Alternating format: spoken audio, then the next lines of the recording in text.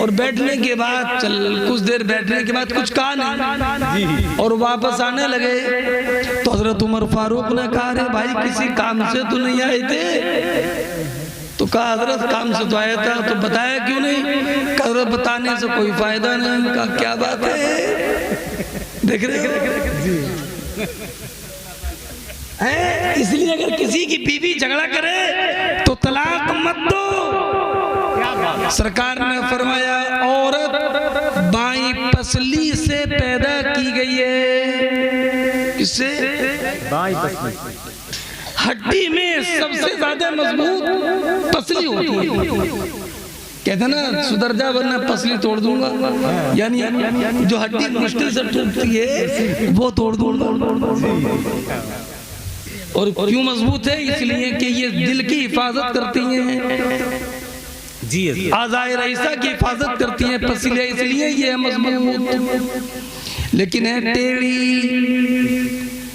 है और पसली की हड्डी इतनी सख्त होती है कि इंसान अगर सीधा करना चाहे तो ये सीधी नहीं होगी, टूट जाएगी। सरकार ने इरशाद फरमाया औरत बाई पसली से पैदा है और फरमाया पसली टेढ़ी होती है, अगर सीधा करना चाहोगे तो सीधी नहीं होगी बल्कि टूट जाएगी। फरमाया हुजूर ने ऐसी बीवी बाई पसली से पैदा की गई है औरत, इसलिए ये मुकम्मल तौर पर तो कभी सीधी होगी ही नहीं, कुछ न कुछ टेढ़ापन जरूर रहेगा। क्या बात है। अरे एक बात बताऊं मुसलमानों, टेढ़ापन आप ही की बीवियों में नहीं है, ये मौलाना की बीवी में भी होता है। और ज्यादा होता है। देख रहे हैं हर एक की बीवी में टेढ़ापन होता है।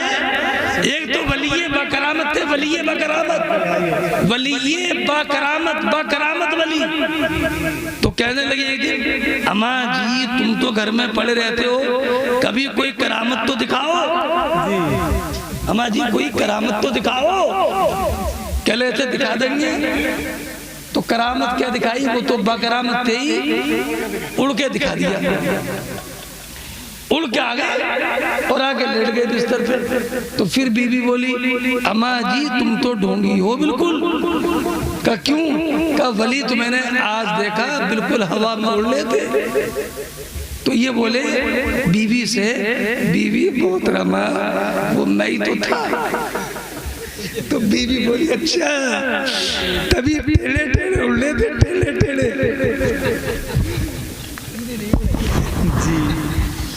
अच्छा तभी तो टेढ़े टेढ़े उड़ने थे। देख रहे यानी वही करामत जो दूसरे के लिए थी। अपने शोर के नंबर, अपना शोर का नंबर आया तो क्या कहा? टेढ़े टेढ़े उड़ने थे, टेढ़े टेढ़े। इसलिए बीवी हर एक की टेढ़ी होती है, लेकिन बीवी की टेढ़ी होने का मतलब ये नहीं है कि तुम तलाक दे दो, बल्कि बीवी अगर टेढ़ी है तो तुम सीधे रहो, खुद ब खुद बीवी सीधी हो जाएगी। इसलिए नबी करीम ने इरशाद फरमाया तुम में से बेहतर वो है जो अपने बाल बच्चों के लिए बेहतर हो, जो अपनी बीवी के लिए बेहतर। वाना खैरुल ले आली। और सरकार ने फरमाया मैं खुद अपने अहल के लिए बेहतर हूँ। तो इससे मालूम हुआ कि बीवी के साथ हुस्न सुलूक से पेश आना ये नबी की सुन्नत है। बहुत अच्छा।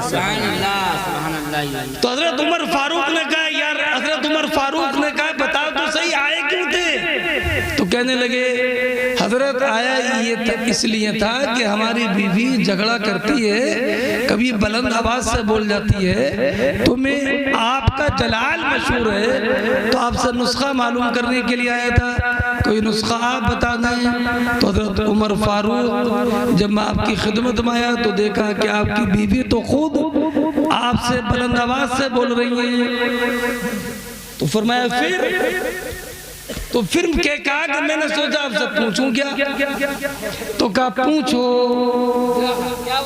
कहा पूछो इसका फारूक ने फरमाया, सुनो, कभी ऐसा होता है जब मुझे गुस्सा आता है और मैं बुलंद आवाज से बोलता हूँ तो मेरी बीवी खामोश हो जाती है। सुभान अल्लाह। और जब मेरी बीवी को गुस्सा आता है और वो जब मुझ पर नाराज होती है तो उस वक्त मुझे गुस्सा नहीं आता, बल्कि मैं उसकी सुनता रहता हूँ। कभी एक साथ दोनों गुस्से में नहीं आते, तकरार नहीं होती। सुभान अल्लाह, माशाअल्लाह, बहुत अच्छा। फरमाया तुम्हारे लिए भी नुस्खा ये है कि जब तुम्हारी बीवी गुस्से में हुआ करे तो तुम खामोशी के साथ सुन लिया करो, और जब तुम्हें गुस्सा आया करे तो तुम्हारी बीवी खामोशी के साथ सुन लिया करे। कभी तलाक की और झगड़े की नौबत ही नहीं आएगी।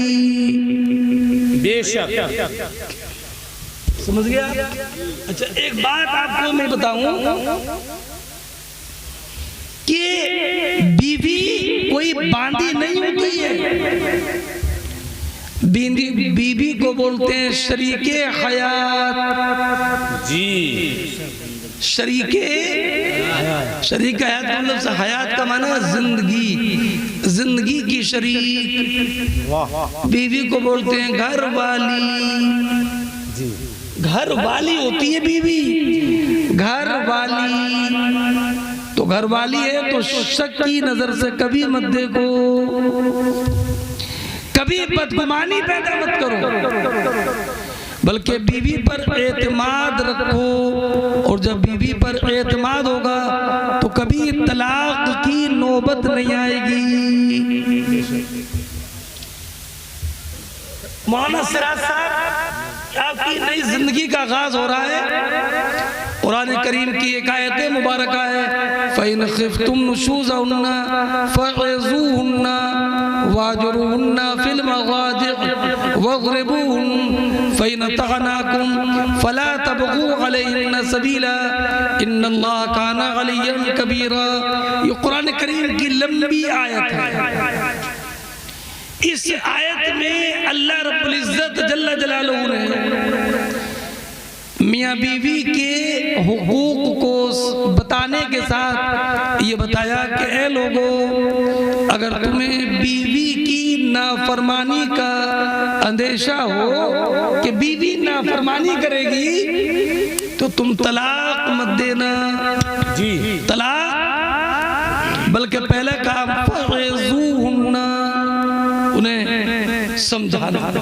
जी, पहला काम उन्हें समझाना। और यहाँ तो ये कि जरा सी बात हो तो समझाने का तो मतलब ही नहीं, बल्कि समझाने को तो ये समझता है कि शायद ये मेरे शाने शुआरी के खिलाफ है, ये नहीं। मगर मसला ये है मौलाना नाज़िर साहब कि शुआर समझाए क्या? जी, शुआर को तो कुछ मालूम ही नहीं है, तो समझाना क्या? मैं आपको बता दूं, अपनी बीवी को समझाओ कि नबी करीम अलैहिस्सलाम ने फरमाया, औरत पर सबसे ज्यादा हक उसके शौहर का है, ये समझाओ। बेशक, बहुत अच्छा। और मर्द पर सबसे ज्यादा हक उसकी माँ का है। नबी करीम ने इरशाद फरमाया कि खुदा के अलावा किसी के लिए सजदा करना जायज नहीं, किसी मजार पर भी सजदा करना जायज नहीं है, किसी के लिए सजदा करना जायज नहीं। अगर सजदा करना जायज होता तो मैं औरत को हुक्म देता कि वो अपने शौहर को सजदा करे, तो सजदा तो नहीं करेगी मगर शौहर की ताज़ीम करेगी। एक हदीस में सरकार ने फरमाया, अगर शौहर के जख्म हो जाए और बीवी अपने शौहर का जख्म अपनी जुबान से चाट कर साफ कर दे तो भी शौहर का हक अदा नहीं होगा। इतना हक है, इतना हक है शौहर का बीवी पर। लेकिन शौहर अपनी बीवी के हक को अदा करे और बीवी अपने शौहर के हक से कभी गाफिल ना हो तो कभी किसी घर में झगड़ा नहीं होगा। बेशक, बेशक। अगर समझाने से भी काम ना चले तो अब तलाक नहीं है। दूसरा मरहला, दूसरे नंबर पर कुरान ने फरमाया वाजरुहुन्ना फिल मवाजिअ, उनसे जरा बायकाट कर लो 1-2 दिन के लिए, अपनी बीवी से दूरी इख्तियार कर लो। अगर तुमने अपनी बीवियों से 1-2 दिन के लिए भी दूरी इख्तियार कर ली तो बीवी अपनी सही लाइन पर आ जाएगी। जी अभी तलाक नहीं है, अभी तलाक नहीं है। पहला काम समझाना, दूसरा काम 2-3 दिन बायकाट करना, और अगर बायकाट से भी काम ना चले तो तीसरे नंबर पर भी तलाक नहीं है। तीसरे नंबर पर है फ़ग़रिबूहुन, उनकी ज़जरो तौबीख करो, ज़रबो तौबीख करो, डांटो फटकारो, लेकिन अभी तलाक नहीं है। पहला काम समझाना, दूसरा काम बायकाट करना, तीसरा काम डांटना, और अगर डांटने से भी काम ना चले तो चौथे नंबर पर भी तलाक नहीं है। अभी कुरान ने फरमाया फिर पंचायत करो। क्या बात, पंचायत, अभी तलाक नहीं है, अभी पंचायत है। लेकिन हमारे यहाँ तो पहले तलाक बाद में पंचायत, और पंचायत भी कैसी, 3 तलाक देकर बैठ गया तो बरादरी के लोग इकट्ठा हुए, 3 जूते मारो इसके, और चल आइंदा ऐसा मत करना, बस खत्म, आइंदा ऐसा मत करना। अरे तलाक, 3 तलाक के बाद पंचायत नहीं है जी, पंचायत तो तलाक से पहले है। मगर वाह मुसलमानों ने तरीका बदल दिया, पहले तलाक बाद में पंचायत। लेकिन नहीं, पंचायत पहले है, पंचायत समझाना पहले है। अगर पंचायत की कुछ लोग इधर से जाए, कुछ लोग उधर से, और दोनों को समझा दें तो कुरान करीम फरमाता इन युरीदा इस्लाहा युवफ़्फ़िक़िल्लाहु बैनहुमा, अगर दोनों सुलह कराने की कोशिश करेंगे तो अल्लाह रब्बुल इज़्ज़त दोनों में इस्लाह पैदा फरमा देगा।